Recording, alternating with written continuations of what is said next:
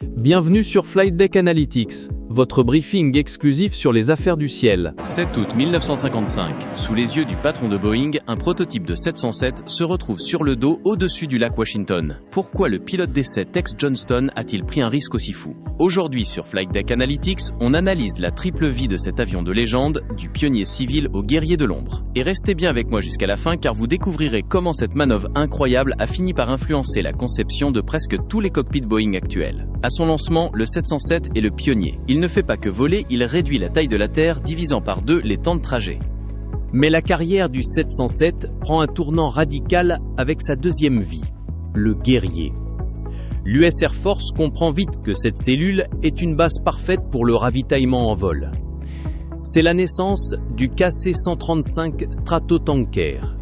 Sans lui, aucune opération stratégique n'est possible. Robuste, puissant, il devient la colonne vertébrale de la force aérienne. Certains de ces appareils volent encore aujourd'hui, prouvant que le génie de sa conception défie le temps. Enfin, il existe une version que vous connaissez tous de vue, la Sentinelle. Avec son énorme radar rotatif sur le dos, le E-3 Sentry, ou AOXE, transforme le 707 en un centre de commandement volant. C'est le cerveau de l'OTAN. Capable de surveiller des milliers de kilomètres carrés, il prouve que la plateforme du 707 est d'une polyvalence inégalée dans l'histoire de l'aviation.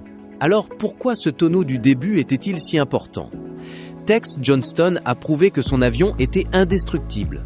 Cette solidité a permis de dériver toutes ses versions et a imposé des standards de sécurité et d'ergonomie qu'on retrouve encore dans le cockpit d'un 737 ou d'un 777 aujourd'hui. Et vous, quelle version vous impressionne le plus? Le pionnier, le guerrier ou la sentinelle? Dites-le moi en commentaire et n'oubliez pas de vous abonner pour d'autres analyses cockpit. C'était Flight Deck Analytics, à bientôt.